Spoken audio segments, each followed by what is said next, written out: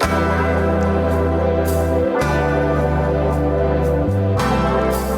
Barry Eaton here. Welcome to Radio Out There.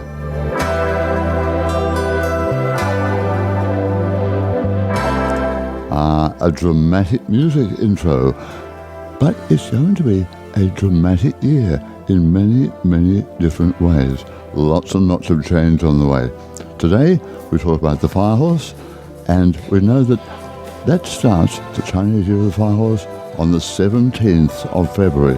Right now, as we go to air, it is Friday the 13th. Already a change here in Australia. A new leader of the opposition has just been elected. In other words, the old one had to go, and change is on the way. More and more change right across the globe this year. We'll hear more about that in future programs, but we're going to hear from Richard Giles this week and the year of the fire horse, which starts on the 17th of February. The day also having a solar eclipse. Boy, that could be very, very powerful. Richard, on the way.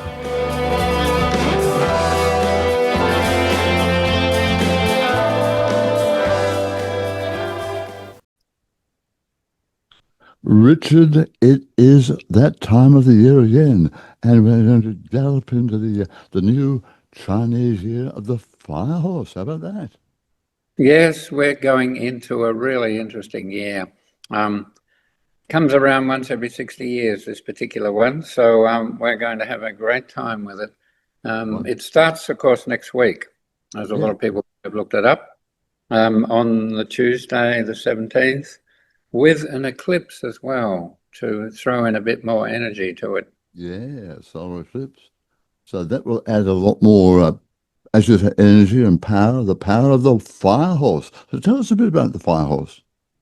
Well, look, as people who are listening may know, there are 12 Chinese animals, and each time the animal comes up on the 12th year, there's a different element that actually rules that year.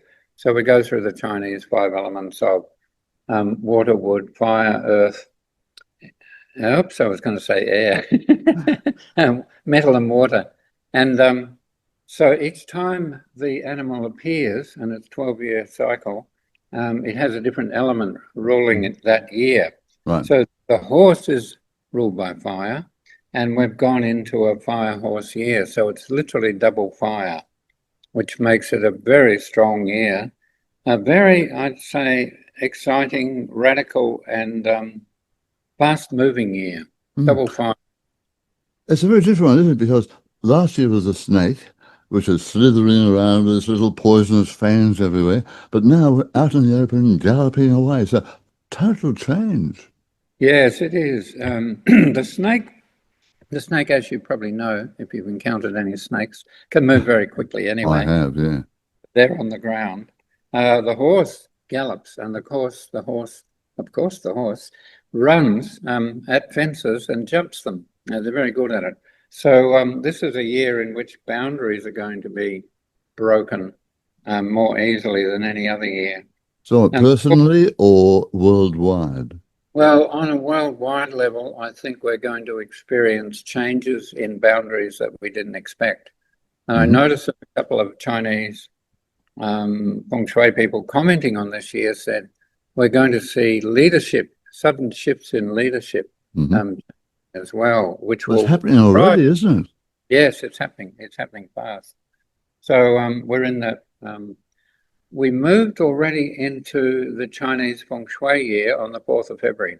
Each year on the 4th of February, the energies change. And people doing feng shui on houses and feng shui masters know that there's a shift on the 4th of February. Then we have the new moon, which is very much cyclic. It changes from year to year because of the number of new moons after the Northern Hemisphere solstice. And this one's coming quite late. Normally, the latest I've ever seen it is the 18th of February, so we're as late as you can be. Yeah. So the horse is coming in, and it's going to be moving fast because it's coming in later. Hey, wait for me, wait for me. So the horse as you know, with the horse moves around, this is a good year for travel. It's Mhm. also, because it's double fire, it's also a good year for creativity, which is Good. creativity, getting things done. It's the year, as I've said here, the year of galloping, the year of excitement, and the year of triggering your adrenal glands. So Right. it's going to put pressure on people in terms of being able to adjust to the pace of change. Right. If you're okay with you know, some politician resigning all of a sudden, or some figure that you've admired being found out in the Epstein files, then then you've got to adjust to this. So it's going to be very interesting. Yeah. Yeah. Very, very. So, as you said in your notes, which we'll have up on our radio website or radio out there, as you said, the Chinese say it's one of the greatest animals, the horse, as a fire horse particularly, and tremendous force in there. So the Chinese like it, don't they? Yes, the Chinese regard the horse as a very sacred life force, Thank you. and I was born the year of the horse. Yeah, well done. Good. yeah, and they also regard the horse as a fortunate year. It brings luck. Good. And if you're in the right position, it brings luck and good results. Good. Also, they consider the horse as actually a magical animal. And if you go back to the Chinese goddess Kuan Yin, most people will know that name, Kuan Yin. Oh, know that well. Yes, she rode a white celestial cloud horse. Oh, I didn't know that. Very sacred to the Chinese. Mm. So when she moved about through the heavens, she went on this white horse. Mm. And that's the very positive side of the horse. That horse brings peace and blessings and good luck and good wishes from Kuan Yin. I always thought Kuan Yin was a bodhisattva. Yeah, you can use that terminology. I regard, yeah, she's here all the time. Yeah. Everywhere I went when I was in China, we toured China during my feng shui course at the end of the course, and Kuan Yin statues were everywhere. Oh, really? The only other, I brought one home that's about this big. Good statue. And the only other statue you see heaps of course, is the Buddha everywhere you go. Of course. Even in modern China. So the other type of horse, and this is one you've got to consider, is the black horse, the opposite of the white horse. The black horse rides at night, carrying the cloaked and hooded riders that we remember from Lord of the Rings. Sounds like a highwayman. Yeah, the Nazgul, also called the ringwraiths of Sauron. That's the other side of the horse as well. They were looking for the hobbits, of course. Where are those bloody hobbits? And then we have the image of the four horsemen of the apocalypse. You see how important the horse is within our cultural milieu? Yeah, very much. The apocalyptic four horsemen bring the end of the world, or whatever it is, the end of your world at this particular time. So very strong images of horses. Also in English folk tradition, the horse was used, the carrier of the corn. And in the spring, the horse went out and the corn was distributed from the horseback. And so the horse was a symbol of regeneration as well. So the horse in English tradition used to travel across the winter countryside with a seed, and the farmer would distribute the seed from the horse's back. So there's a lot of important stuff in the horse, from various different cultures as well. But the horse was also aligned with, say, war and things, wasn't it, too? Because they all charged into horse warfare and whatever. So there was a lot of action about the whole area of the horse. Yeah, the horse, of course. Alexander the Great used the horse. The Mongolians conquered the whole of China using the horse. Plains, North American Indians used the horse to travel the whole of the Americas. And then we have the cowboys. That's right. The American cowboys. The horse became the figure there. Hey, Tronto. But the horse was used in warfare right up until the middle of the First World War. That's right. And it's still in most towns, they still have a light horse brigade. And on Anzac Day, they come out and march through the streets. We've got the same right here in the town where I live, Mullaney. The light horse brigade comes out. Uh-huh. So And we have a vehicle with horsepower. yes, that's right. We call cars horse-powered. Mm. Yeah, interesting, isn't it? Yeah, fascinating, fascinating. So the year, when you look back in history, the year of the horse and the fire horse, there's been some pretty dramatic kind of things that have happened. Yeah, when you've got this fire, emphasis on fire, and in fact, 1966, 60 years ago was the last time the fire horse was the horse year. Mm-hmm. And you have this energy that relates to fire, which means we're looking at volcanoes and fires, but we're also looking at earthquakes, which release a whole lot of energy in the earth. And going back through the 66 year, I found an endless succession of both airline crashes related to air. Fire relates to air. It relates to flying. Interestingly, it also relates to flying discs. But last year, you may remember we discussed this about aircraft accidents. Oh, yeah, and weren't there a lot too? Yeah, last year it was a fire earth year. So fire became prominent again. Yeah. And we had a lot of crashes, particularly in the first half of the year. 1966 saw a lot of very serious aircraft crashes as well. So this year it's double fire year. So we have to be aware that air travel may be a bit tricky this year as well. Mm. And on the political level, it was the midst of the Vietnam War. So the other thing that fire rules is, of course, freedom movements and rebellion against standard, political systems. So we had a lot of large rallies across the world in 1966 against the Vietnam War. The other thing that happened on a different level was in China. That was the beginning of the Chinese Red Guard movement, and they became very active. And they had massive demonstrations in China against Westerners. That's us. And that was the beginning of that period. Now, interestingly, it was called the Red Guard because fire is ruled by the color red. Oh, right. Red and yellow and orange. So it's on a positive side, a lot of things happened during that year as well. Some countries in Africa became independent. Interesting, the Soviet Union made a successful landing on the moon. The US spacecraft Surveyor made a very successful landing, sent back the first massive collection of images from the moon that we've ever had.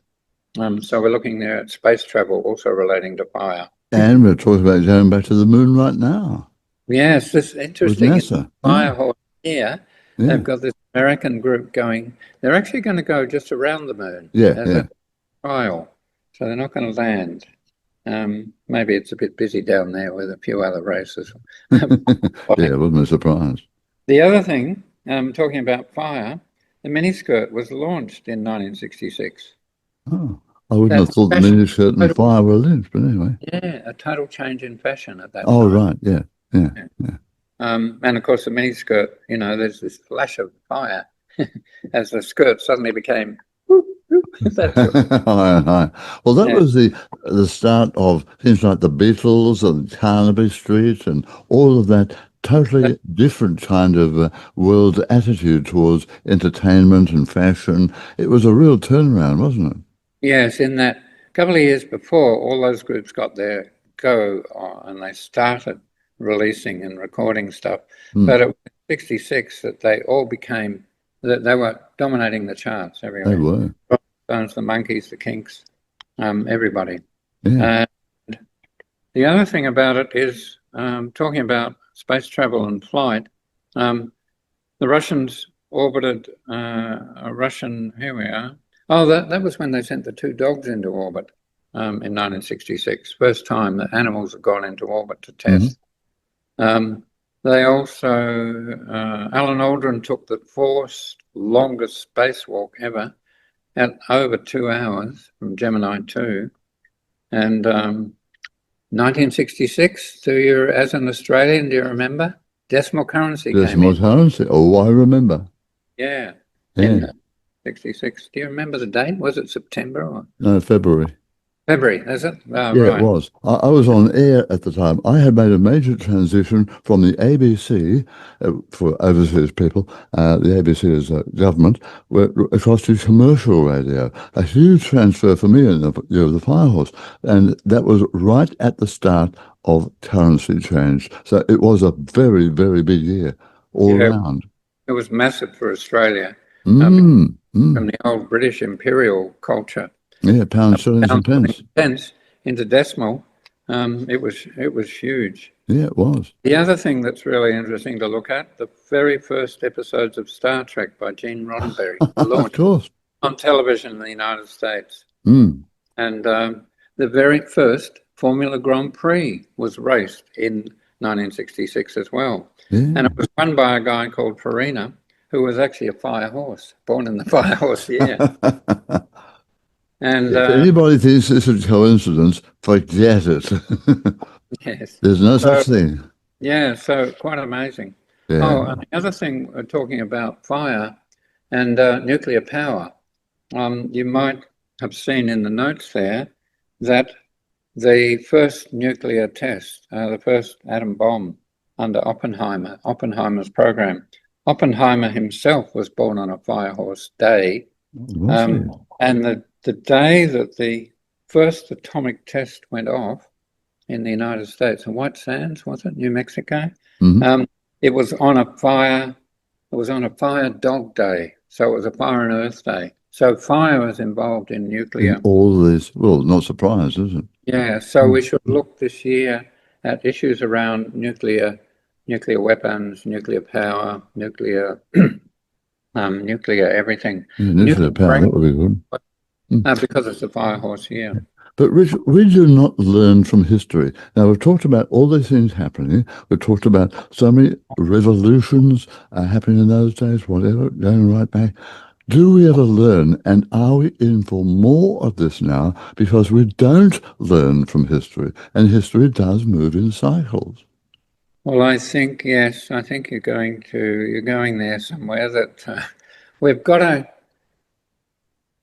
this that thing about people don't learn from history. No, I We've don't. got the thing where this year occurred in that combination just 60 years ago, which is in the lifetime of a lot of people still alive. Mhm. And we've forgotten most of it. It's all just sort of vanished. And so we're going to repeat, but we're going to repeat in a 2026 level Yeah, some of the of course. mistakes made then. And I caution people to be cautious when you're looking at the news. Don't watch the news unless you really have to, because there's going to be a lot of events that are going to be quite shocking in terms of the system that we've understood, the people that we've understood in power. There's going to be a big turnover of that. Thank And heavens. also be looking at things to do with currencies and digital. Digital changeover is actually ruled by fire as well. So we're going to be looking at that. What, more AI? Yeah, currency and AI in particular. I mean, what is a better representation of fire but AI images of somebody that doesn't exist, or taking an image of what's happening with school children as they're taking images of young girls, and then using the software to change them completely and create nudity of girls that are at their own college. And this sort of thing is very much fire influenced, because it's this thing of changing the nature of things. So AI is got its benefits, but there's going to be a lot of stuff that's going to upset people over the next 12 months. Yeah, we need to really address this and put some limitations, or I hate the word control, but there has to be some kind of boundaries perhaps put around this. Not very easy to do, but I don't know. It's up to other people to try and do it. All we can do is put thoughts out there and warn people to be very, very careful about images that may come through, scams, whatever. Just be careful. Yes. You notice in the weekend papers there were stories about students at universities now using AI for all their papers. And even 80% of them. yeah, 80%. and they're all getting high marks. And there was one young woman who was interviewed for this article, and she said, I've just got this senior master's degree, and I got, 80 or 90% because I was using AI. But what's it worth? Because everyone else is using AI to get the same marks. Precisely. So, yeah. As one commentator said, I would not in 20 years' time want to walk across a bridge that was built by an engineer who is just graduating right now. Good point. Good point. A bridge over troubled waters, yeah. Oh, I like that one. Well done. Yeah, No, but that's true. I mean, we joke, but this is the way. I mean, if a university degree becomes just a bit of paper, I'm yeah. rattling paper there, Well, we are in a heap of trouble. I think so. I think there's a lot of serious commentary from educationalists and teachers. The children are no longer have this sort of independent attitude towards things. Yeah. They're losing their vocabulary. They're losing their ability to express themselves because they're relying on, Yeah. well, first of all, they're relying on social media. But secondly, students are relying on AI. Precisely. So where does that leave us with science, medical and health, and so on? All these areas we are totally vulnerable. Yeah, look, because it's fire, fire rules the heart, it rules blood circulation, it rules the yang energy of the body generally, and fire people are pretty active, energetic, forceful people. Mm-hmm.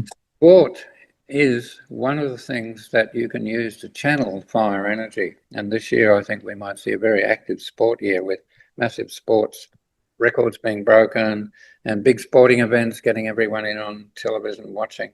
Right. But looking at the heart and the blood circulation, because this is the focus of fire, or double fire in fact, we've got to look at heart disease, heart problems, and in particular circulation of people, and all health problems related to inflammation, because inflammation is ruled by fire. So this can mean inflammation inside the body, it can mean inflammation in the lungs, and in particular, looking at the body organs, the lungs are ruled by the metal element, and fire destroys metal. So an excessive fire that we've got this year can indicate that the lungs are going to be under pressure, and I wouldn't be surprised if we have big influenza epidemics again this year. Winter in the southern winter for us a lot, and in the northern winter for the northern hemisphere, because the pressure is on lungs, breathing, also hearts in particular. The other side of that is really interesting because with all that fire, the heart expands. And when the heart expands, people feel more loving to each other. And the heart is operating, this fire is operating through the heart. So people are looking at people in different areas of life and people from hopefully from different races and actually expanding their heart and opening up. And you see the big issue this now is immigration. We don't want to let anyone else into our country. But it's not only happening here, but it's happening in every other country. Everywhere. Yeah, so fire may be the issue in relation to immigration. Fire can be the issue in relation to what people see as the positive outcome from what's happening this year. So there's this double edge to it. Watch your heart, watch your blood circulation, watch your lungs, but also look at other people in relation to where they belong and where you belong. Yeah. Now, I was told in a meditation the other day, a lovely definition that the heart is the seat of the soul, because the soul connects at the heart. We're talking about heart and soul. So I'm wondering if that is expanding, where does that take us in areas of spirituality, our soul, our spirit, our growth? You're talking about people being more aware and more loving. Is it likely to be an expansion, a concentration, a growth in this whole spiritual area? I think yes, because I think you may have seen a few articles that say that actually the decisions that you think are made in your brain are actually made in your heart. They're not intellectual decisions, they're heart decisions. They're heart decisions, that's the soul, yeah. So with the heart being activated so strongly, I think people will be working more on intuition which is important. I'd be working more on feelings for things rather than working more on an intellectual thing of like, oh yeah, this, and I do this, and he does that. I like him. I don't like her. I like him. Well, I wonder whether science and spirituality will maybe grow a little bit closer together. So one doesn't turn around and say, oh, that doesn't relate to science, so it must be rubbish. I wonder if that might happen. Yeah, I think that in a way, if people are working from the heart, and there are people who are not working from the heart, they're working from the brain up here, there'll be more of a separation. And there'll be whole groups of people who realize that we've lost the heart in our society. We've lost the heart in our social system. Very true. Particularly, we've lost the heart in social media. And social media is a real problem. There was is it ever?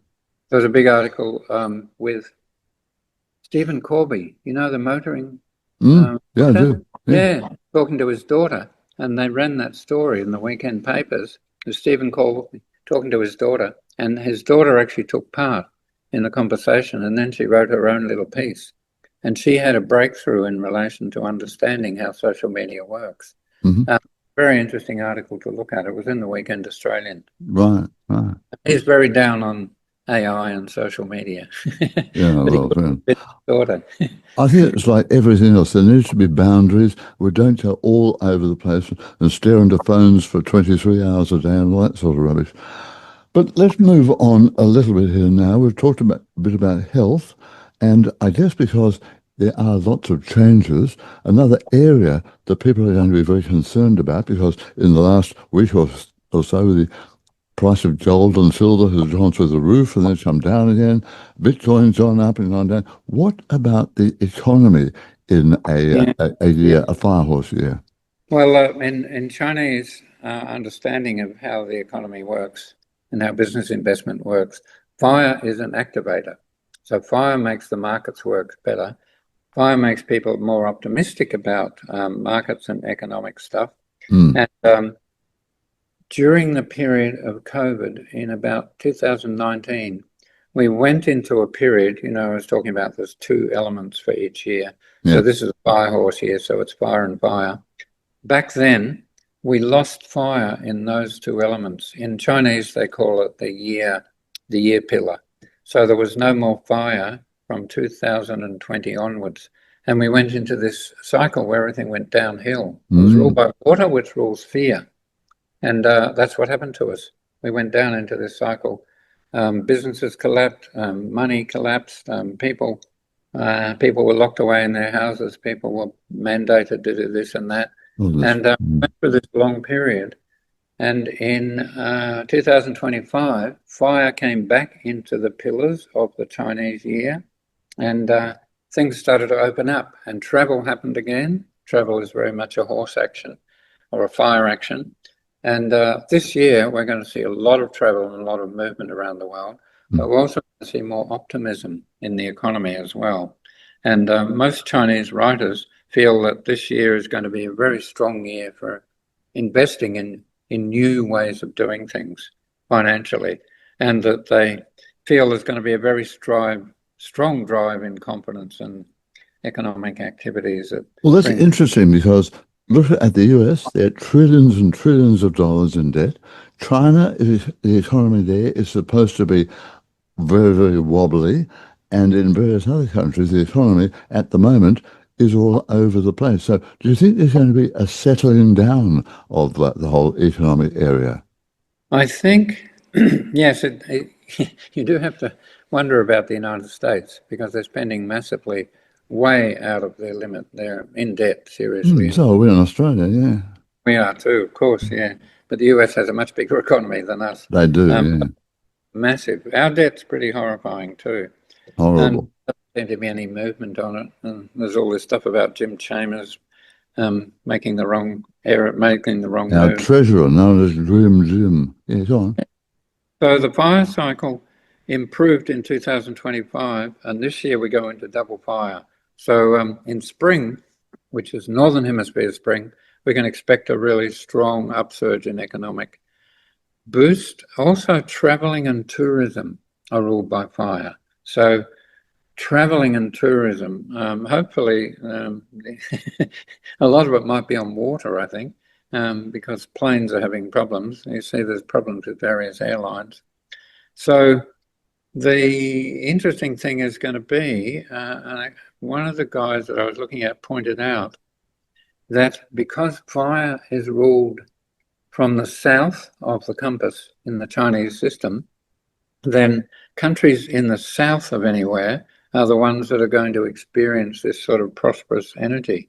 So they refer to Southeast Asia and South Asia and countries like China, Hong Kong, Taiwan, Singapore, Vietnam, and all Southeast Asian countries. Also countries that have South in their name, South America. What else do we have? South Australia. South Australia, yeah, I see that. South Africa. That energy of that south actually impinges or makes its way into the country, and it has an effect. This is much So more. it's not as broad as, say, the southern hemisphere or something like that. It has to be more specific. Well, I hadn't thought of the southern hemisphere, but it's got the word south in it. That's what counts. Yeah, yeah. The other thing you were talking before about gold, the Chinese actually believe that fire makes gold, as they say, this is traditional saying, into useful tools. So the price of gold is going to go up further, even though we've had a drop, and I think it's to do with the way Trump has appointed a new member of Treasury, is it? Yeah, Treasury, the Secretary, yeah. Yeah. But all precious metals, so that's gold, silver, and platinum, they have gone a drop now, but I think they will recover again. If anyone is involved. Well, it's only a small drop. It hit, what, 7,000 or something. That's Australian, about a week ago. And then I have friends who invest in all this, so I know what's going on. Me, I do not buy shares, never have. But, so I'm not advocating anything here. But there was this dip, but they are all convinced, yeah, gold has got a long way to go this year. So that's the word going around in the share industry at the moment. This will be a bit of a dip, and then it will Yeah. start to. Oh, well, that's all. Share profit taking. Yeah. Yeah, I think if you bought silver and gold back at the beginning of COVID, what a lot of people did, of course, the price has just gone through the roof. Through the roof, yeah. Through the roof, as they say. The other thing that fire rules is space and flying objects. So if fire is going to trigger more private and government investment in space technology and exploration, but I think it's also going to trigger more UFO sightings around the planet. And people keep saying at some point that, the revolution is going to come and it's all going to be revealed to us. Whether it'll happen this year, I don't know. But it's sort of becoming inevitable. Everybody who's worked in secret projects is now coming out and giving testimony to Congress in public about the things they've seen and the discs they've looked at and the bodies they've seen. And so it's only a matter of time. Most of the public, if you look at surveys in Britain and the US, something like 60% of people believe the government's covering up anyway. Oh, of course they are. Always have been. Oh, we believe. We know. But it's a matter of the public belief. And once it jumps over. But a lot of people don't even think about this. They don't worry about it. But anybody with half a brain would realize that we are not alone in the universe. There has to be other civilizations, other dimensions of reality. And so, it's a vast subject. 100 million other galaxies. There's got to be somebody out there. Well, there's endless galaxies, actually. Endless. We're starting to discover now that there are galaxies in clusters that we've never even been able to photograph. Well, I saw something the other day that said there are trillions of galaxies just in our universe, let alone all the other universes. So fire is certainly going to break through there. The other thing to mention, which we didn't really touch on much, is talking about fire. It's the New Year starts on an eclipse, and it's a ring of fire eclipse, as you know, as an astronomer, which means that the moon doesn't quite cover the surface of the sun, so there's a ring of fire. A ring all around, yeah. Yeah. And annual, go on. Won't be visible here. It'll be visible if you're down in Antarctica, you'll get a great view of it. So I believe. Yeah, and we've gone into a 9 cycle, which I talked about last year when we were on air. And the 9 cycle is the larger 20-year cycle that the Chinese work on. So we've come out of an 8 cycle, which is ruled by Earth. We've gone into a 9 cycle in 24, sorry. And we're now in this 9 cycle. So it's fire, fire, fire, and fire.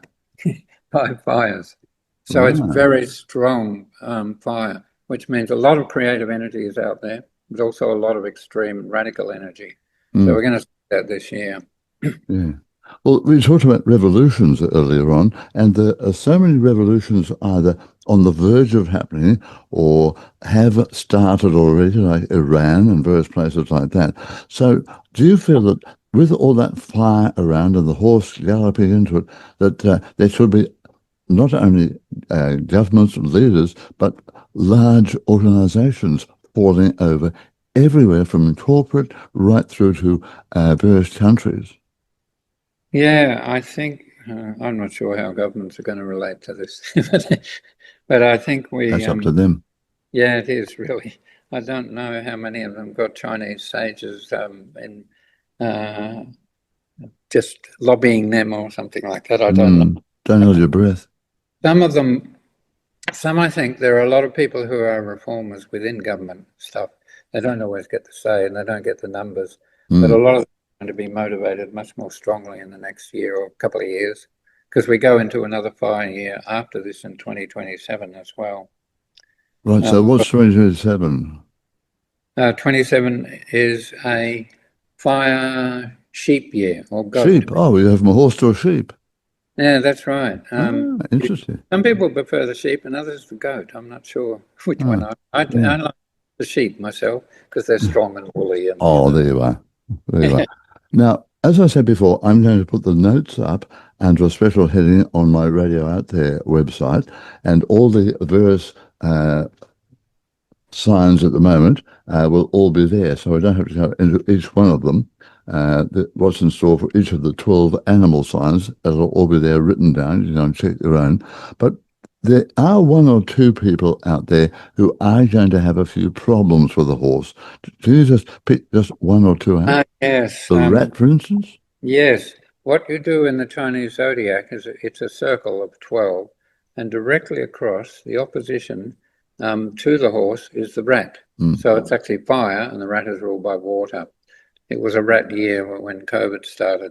And the fire opposes the water. So rat people are going to they're probably the people that are most disadvantaged by the year. And they will have things happen to them. It's not terrible, like you suddenly, keel over and die or anything, but it's more like there'll be movement. Your life will shift. There may be a change of jobs. There may be a change of direction.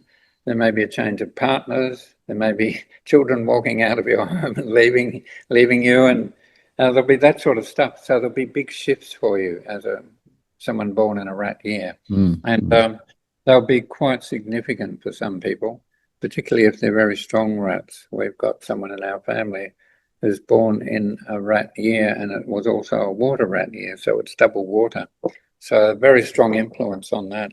Yeah, I have somebody very close to me as a rat as well. So, yeah, very interesting. So, anyway, they're all listed out there. But in summary, because I know you have a meeting to dash off to in just a few moments' time, in summary, how do you look at the year of the fire horse, and what are the main points that you would summarize for people to take with them at the end of our chat?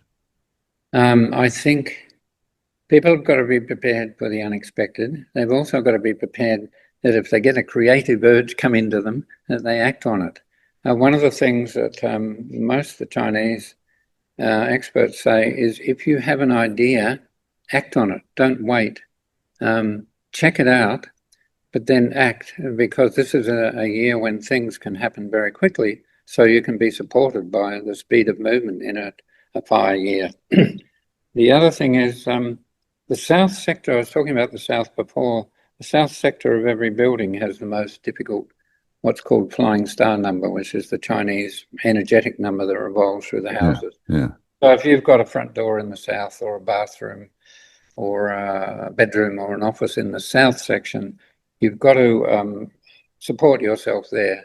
And because it's fire, you have to use something that neutralizes it. And the number 5 is ruled by earth and fire. So metal, we were talking before about metal. Metal is the thing that neutralizes any difficult energy during this year. So if you've got a bedroom in the south of your house in particular, get a little metal chime, get out your Tibetan bowl and tone it every day. The metal toning is very important for harmony in that environment. So that's the important thing, I think. And the other thing is... Sounds like my Tibetan bowl is going to get yes, a bit of a workout. Yes, that's right. Or if you've got one of those little Tibetan bells. The other thing is, I said at the very end, this year marks a very strong turning point for progress on our planet.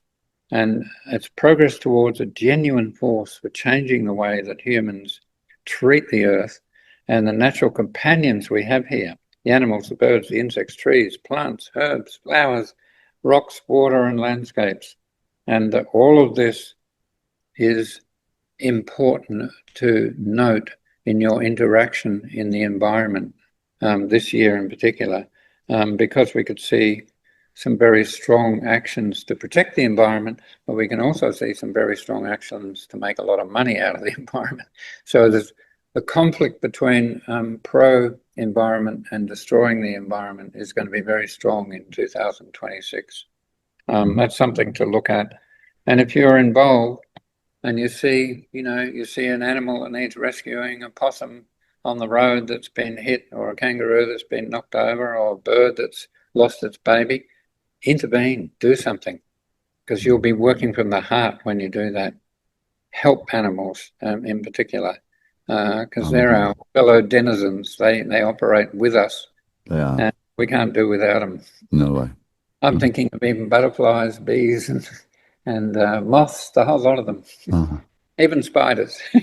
Says someone. I'm not happy about cockroaches, but I'll take the rest of them. Cockroaches are a bit different. No.